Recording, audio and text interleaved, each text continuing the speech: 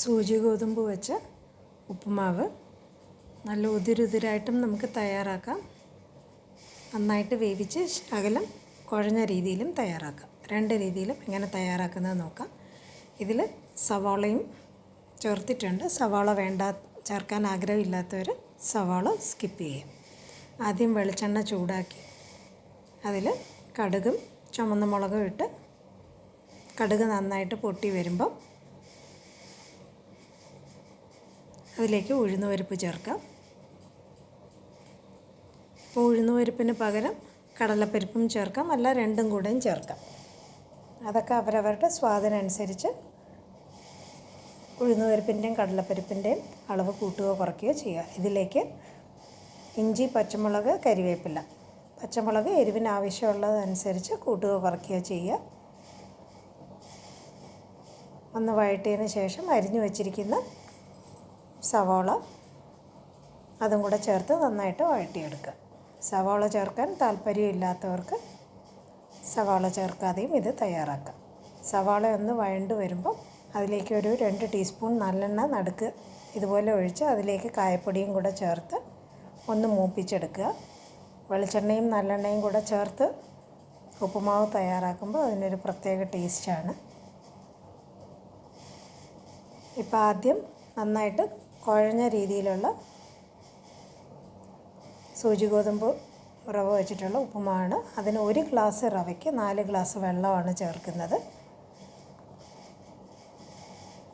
സൂചി ഗോതമ്പ് എന്ന് പറയുമ്പോൾ നല്ല തരിതരിയായിട്ടിരിക്കുന്ന റവയാണ് എടുത്തിരിക്കുന്നത്.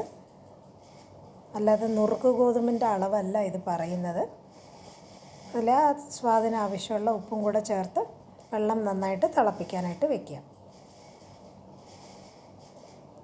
വെള്ളം നന്നായിട്ട് തിളച്ച് വരുമ്പം അതിലേക്ക് 1 ഗ്ലാസ്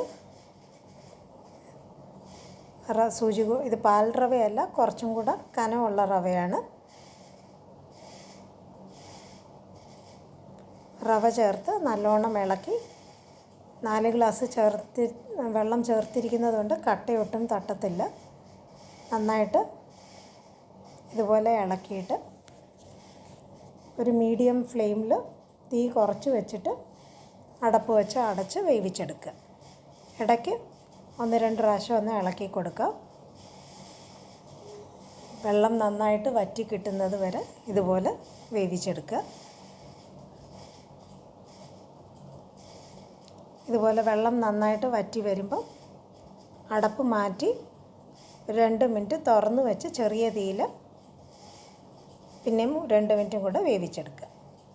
അപ്പോൾ അതിലുള്ള വെള്ളത്തിൻ്റെ അംശം നന്നായിട്ട് വറ്റി കിട്ടുകയും ചെയ്യും.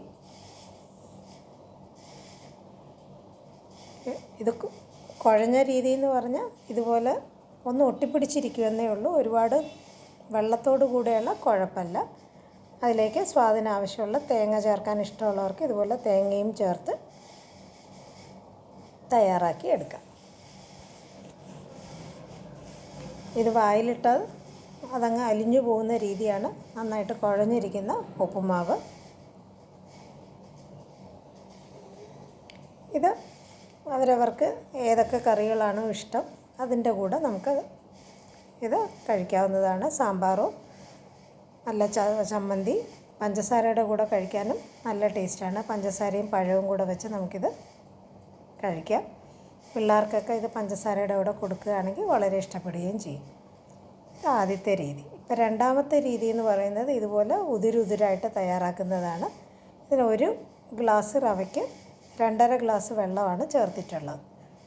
ഇതിൽ കടലപ്പരിപ്പാണ് താളിക്കാനായിട്ട് ചേർത്തിരിക്കുന്നത്. ഇതുപോലെ ഏത് രീതിയിൽ വേണമെങ്കിലും നമുക്ക് തയ്യാറാക്കി എടുക്കാം. ഇത് നല്ല ഉതിരുതിരായിട്ട് കഴിക്കാൻ ചിലർക്ക് ഇഷ്ടമാണ്. കുഴഞ്ഞിരിക്കുന്നത് ഇഷ്ടമില്ലാത്തവർക്ക് 2.5 ഗ്ലാസ് വെള്ളം ഒഴിച്ച് ഇതുപോലെ ഉതിരുതിരായിട്ട് തയ്യാറാക്കി സൂചി ഗോതമ്പ് വെച്ച് നമുക്ക് ഉപ്പുമാവ് തയ്യാറാക്കാം. ഇത് സാമ്പാർ, ചമ്മന്തി, ഇത് മല്ലിയില ചമ്മന്തിയാണ്. ഇല്ലെങ്കിൽ പഞ്ചസാരയുടെ കൂടെ നമുക്ക് വിളമ്പാം. ഏത് രീതിയിലാണോ തയ്യാറാക്കാൻ ഇഷ്ടം ആ രീതിയിൽ നമുക്ക് സൂചി ഗോതമ്പ് വെച്ച് ഉപ്പുമാവ് തയ്യാറാക്കി വിളമ്പാം.